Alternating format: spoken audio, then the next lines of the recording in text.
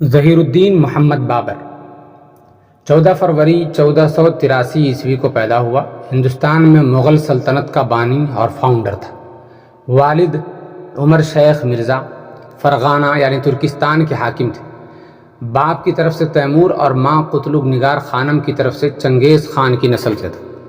اس طرح اس کی رگوں میں دو بڑے فاتحین کا خون دوڑ رہا تھا۔ رانا سنگرام سنگھ چتوڑ کا مشہور راجپوت، جس کے جسم پر تلواروں اور نیزوں کے زخموں کے 80 نشان موجود تھے، مغل دور کے مشہور مورخ عبد القادر بدایونی نے اور خود بابر نے اپنی کتاب تزک بابری میں بھی رانا سانگا کو راجپوت قوم میں سب سے بہادر اور قابل بادشاہ لکھا ہے۔ اس نے بابر کو ہندوستان پر حملہ کرنے کے لیے خط لکھا تھا، لیکن اسے یہ بات پسند نہ تھی کہ بابر ہندوستان پر قبضہ کر لے۔ چنانچہ جب بابر ابراہیم لودھی کو پانی پت کے میدان میں شکست دے کر شمالی ہند کا بادشاہ بن گیا تو رانا نے اس کے مقابلے کی ٹھانی اور 1527 عیسوی میں کنواہا یا خانوا کے مقام پر مقابلہ کیا۔ رانا سانگا کو شکست ہوئی اور وہ میدان جنگ سے بھاگ گیا۔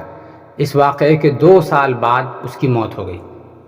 مغل بادشاہ ظہیر الدین بابر اور سلطنت دہلی کے سلطان ابراہیم لودھی کے درمیان 21 اپریل 1526 عیسوی کو پانی پت کے میدان میں جنگ ہوئی۔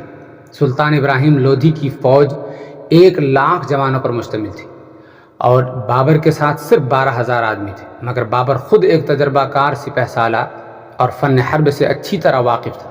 سلطان ابراہیم لودھی کی فوج نے زبردست مقابلہ کیا مگر شکست کھائی۔ 26 دسمبر 1530 عیسوی کو آگرہ میں انتقال کیا اور حسب وصیت کابل میں دفن ہوا۔ اس کے پڑپوتے جہانگیر نے اس کی قبر پر ایک شاندار عمارت بنوائی جو بابر باغ کے نام سے مشہور ہے۔